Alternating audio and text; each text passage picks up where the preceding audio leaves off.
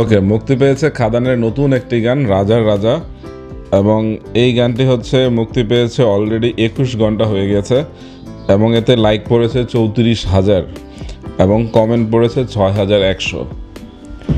এর মানে হচ্ছে গানটি নিয়ে মানুষের একটা কৌতূহল আছে এবং মানুষ গানটি দেখছে। কলকাতার মানুষ কিন্তু পুরোপুরি চেয়ে আছে খাদানের দিকে, যে খাদান কতটা ব্লকবাস্টার হিট হতে পারে।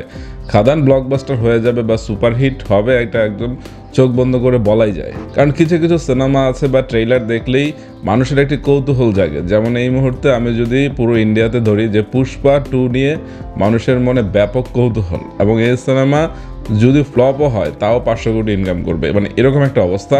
মানে একবার মানুষ হচ্ছে কৌতূহল মিটানোর জন্য দেখবে, এরকম একটা অবস্থা।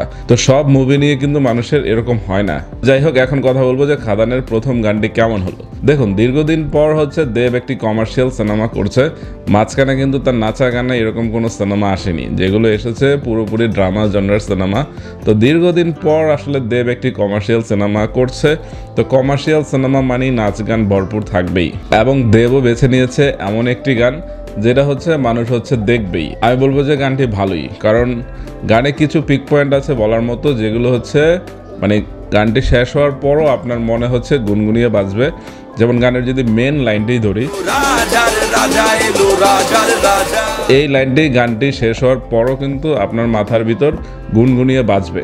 এখন কথা হচ্ছে গানটির হচ্ছে কোরিওগ্রাফি কেমন হলো, কিংবা হচ্ছে সেট ডিজাইন থেকে শুরু করে পুরো গানটির ডিজাইন কেমন হলো।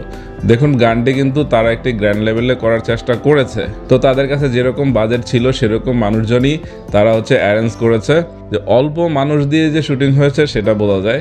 এবং দেবের নাচের কথা যদি বলেন, এক সময় দেব কিন্তু পুরো থিয়েটার কাঁপিয়ে দিয়েছে তার নাচ দিয়ে। তো দেখুন, সবারই বয়স হয়েছে, এটা আপনাকে মানতেই হবে, এবং শরীরও কিছুটা ভারী হয়েছে। তো দেবের পারফরমেন্স যদি আমাকে জিজ্ঞেস করেন, আমি বলবো যে অতটা ম্যাসিভ না, কিন্তু সে চেষ্টা করেছে, তার মধ্যে সে এনার্জিক ব্যাপারটা আছে। এবং সত্যি কথা এটাই যে দেবের ক্যারেক্টার কীরকম আছে এই সিনেমাতে, তাকে ভালো নাচ জানতেই হবে এরকম কথা নেই। তো দেব তার এনার্জেটিক লেভেলের নাচ করার চেষ্টা করেছেন। তো খাদান নিয়ে কিন্তু মানুষের আগ্রহ প্রচুর, কারণ এই সিনেমার টিজার কিন্তু সবারই প্রশংসা হয়েছে। সেটা হচ্ছে আমাদের থেকে শুরু করে একদম নিউট্রাল দর্শক পর্যন্ত। একটা সিনেমা, আমি কিন্তু একটা কথা বারবারই বলি, যে ফ্যান সার্ভিস এক কথা এবং নিউট্রাল দর্শককে থিয়েটারে আনা আরেক কথা। আপনি হতেই পারেন যে আপনি হচ্ছে ফ্যান সার্ভিস দেওয়ার জন্য সিনেমা করছেন, কিন্তু আপনি যদি নিউট্রাল দর্শককে একবার থিয়েটারে আনতে পারেন, তাহলেই কেল্লা ফতে অর্থাৎ সিনেমা হিট। তো এই কাজটি আমার মনে হয় যে খাদান করতে পারবে। মুক্তির 1 মাসের উপরও বাকি আছে, তো এখনই কিন্তু তারা প্রমোশন করে দিয়েছে। আর আমার কাছে যেটা মনে হয় যে দেবের প্রমোশন প্ল্যানিং অনেক ভালো, তো সে ঠিকই এটা দর্শককে খাইয়ে দিবে।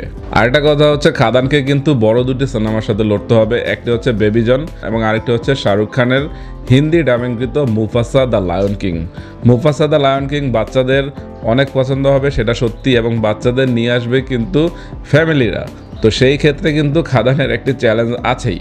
এবং আরেকটা কথা হচ্ছে, পুষ্পা 2 এর হচ্ছে ঝড়ের শেষ দিকটা কিন্তু পাবে হচ্ছে খাদান।